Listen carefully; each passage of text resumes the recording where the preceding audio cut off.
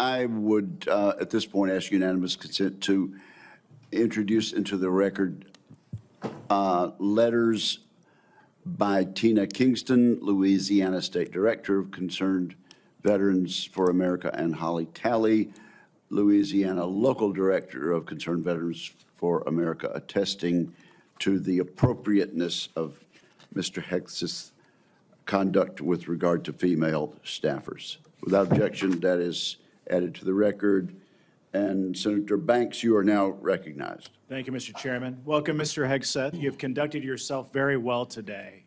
In fact, so well that I believe it's incumbent upon this committee to confirm you ASAP to get you on the job to clean up the mess that we have at the Pentagon ongoing at this moment because of the leadership there over the last 4 years that's failed us. In President Biden's first year in office, the Department of Defense spent over 5 million man-hours on quote-unquote counter-extremism and diversity training, what you and I might call woke training or DEI. The administration has refused to provide us any more recent data than that first year, but we know that it's exponentially more man-hours wasted on DEI over the last 4 years. And I wonder, what do you make of that? What could those 5 million man-hours in that first year of Secretary Austin and President Biden's administration, what could those 5 million man-hours have been used for? Senator, that's a lot of service members sitting in a lot of briefs, hearing about a lot of threats or political perspectives that might be dangerous, that do not comport to threats that actually exist inside the force, or ideas that introduce critical race theory or DEI or climate change initiatives that they and their commands have to conform to. And every time one of those happens, it gets pushed down the chain of command. That also includes new layers of leadership that have been created under this administration, committed to enforcing those types of DEI and CRT initiatives. So we hear 5 million man-hours, and that sounds like a lot. The more troubling aspect is how many training hours that takes away from a company commander or battalion commander or a wing commander who's out there trying to maintain their force, which is already constrained because of what the Biden administration has done to the defense budget and defense capabilities.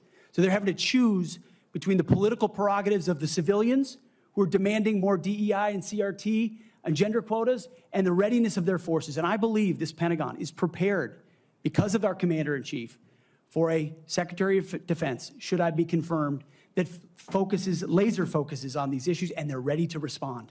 They want to pack their rucksacks and go train because they understand we live in a dangerous world. I think that's an important point, a key point, because months later, while the priority of the Biden-Austin-led Pentagon was on DEI and woke training, one of the biggest embarrassments in American history happened when we lost 13 of our heroes in the botched withdrawal from Afghanistan.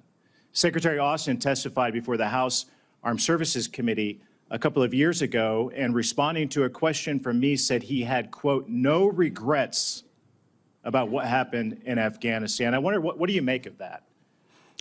Senator, it's shameful. They still tout it as the most successful airlift in American history, when what the rest of us all saw was true laid before our eyes.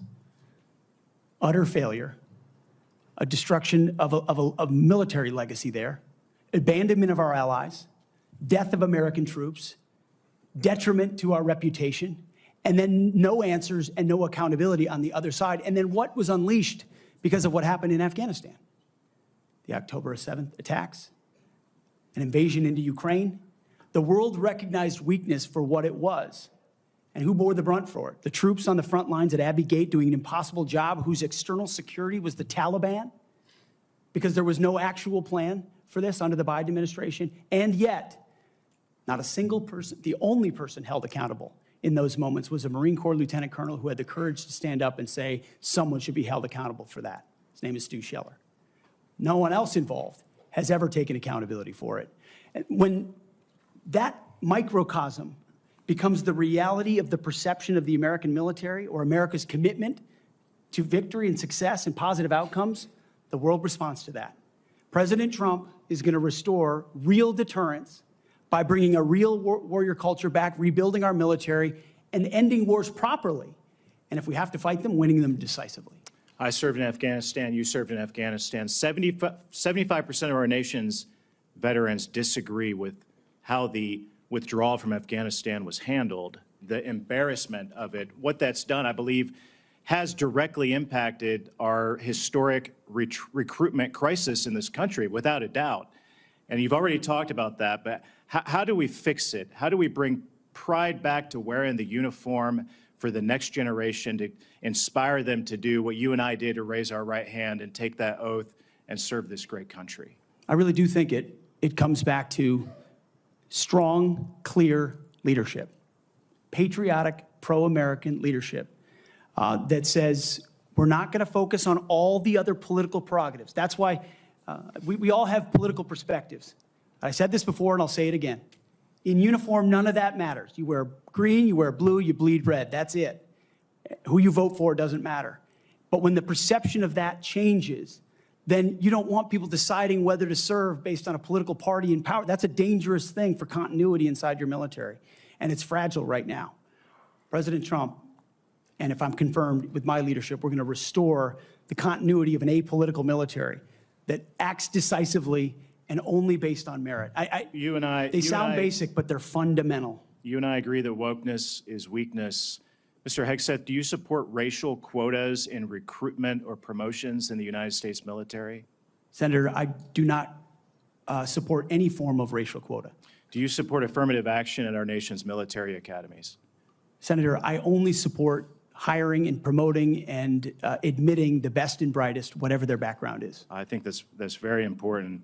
Mr. Hegseth, Lloyd Austin, the secretary, later went AWOL. He disappeared for days and never told the president, didn't even inform the president's chief of staff that he was going into the hospital. Would that ever occur on your watch?